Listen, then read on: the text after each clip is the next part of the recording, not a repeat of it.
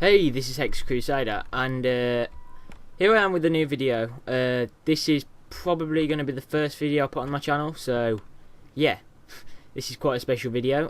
Basically, I'm going to be showcasing my new design for a fully functional fish tank. In this, I'll be using the Snapshot 12W36A, I believe. I'm not sure about that. I think it's 36B actually.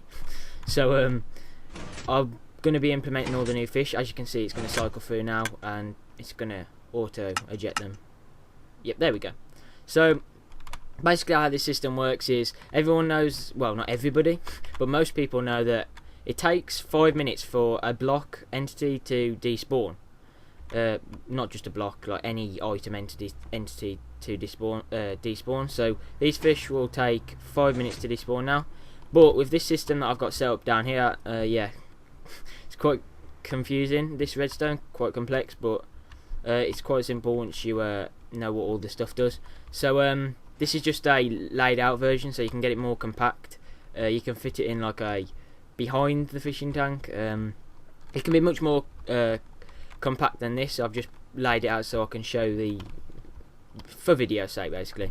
So for starters, I'm just going to explain how this actually works.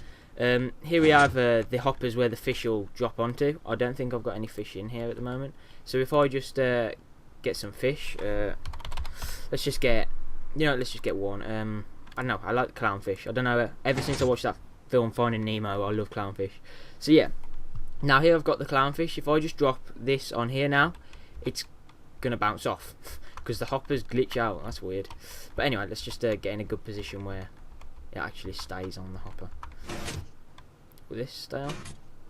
Okay, cycled round, and once it gets up to here, it'll shoot it out. So there it is. Basically what it does is down here it's got a timer, and it's set to 2 minutes 50 because, well, it's not exactly 2 minutes 50, it's a certain time, but you add more blocks. The more blocks you add, basically the longer the timer lasts, and the more blocks you take away from it, the less time the timer takes to switch the redstone block to there. So as you can see, now it's done another switch, and now it's going to shoot it back out. There we go. And it basically resets the spawn time. This is just a test one, so I haven't got exactly the right amount of blocks in. It's quite a low amount just to show you. And pretty much it resets the spawn time so that the fish doesn't despawn, puts it back out, and it's a constant loop. I've seen one of these on YouTube already. It uses rails, which it's a good idea and everything, but it's quite noisy if you have it in your home or something. You can just hear rails going constantly. All this is every 5 minutes. You basically hear a couple droppers getting activated, and I think it's like 1 or 2 pistons. So it's mainly silent. So yeah, as you can see, it looks pretty good. Those fish are going inside each other. This is not normal. Okay. Yeah, but anyway, let's just talk through the redstone now. So here we have a timer, I've already said. Once the blocks travel from one hopper to the other, once this empties now, it's going to switch. So the redstone block sends power up to here into a 1-tick pulse. This works by going up here, and it kind of like uses the... If you set up a hopper, I've got it set up here, it does it like a loop, it does it like a clock, as long as there's power being put into it. So it basically uses the 1-tick clock mechanism, but just a 1-tick pulse. So then it sends into this repeater, which goes into a pulse extender. The point that we made it into a 1-tick pulse is because if that was just like set out like that, it would actually just like keep that shut, so the fish will drop down and it would just keep on going round and round because those wouldn't be activated. So we have to have it into a 1-tick pulse and then extend it because of that.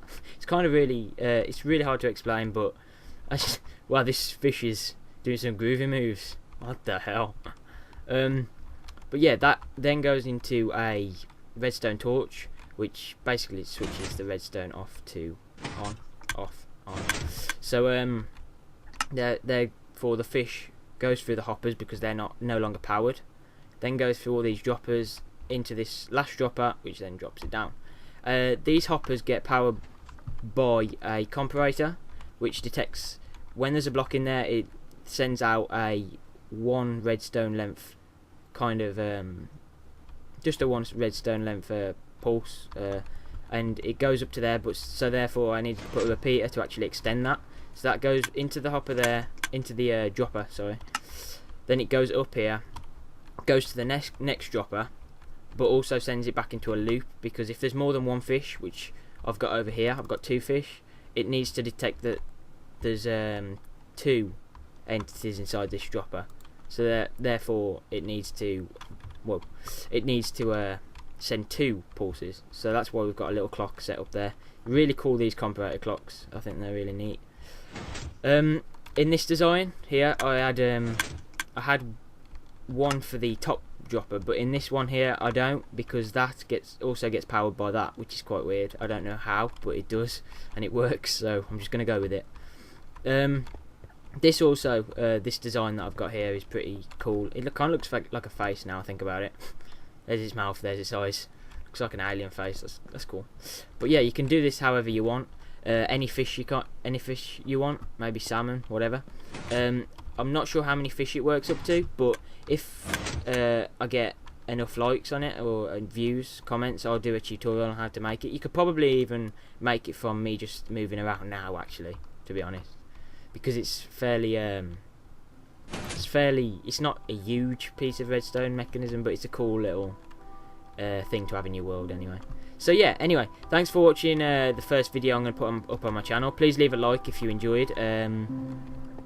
I do recommend this in your world, because it kind of adds something to your house if you have one. But yeah, I'll be uploading more videos soon, hopefully. Probably the day after this, actually, because I've got a Black Ops 2 video that I recorded with Taken the Bait. His channel will be in the description because he's a good friend. But yeah, thanks for watching. Bye bye.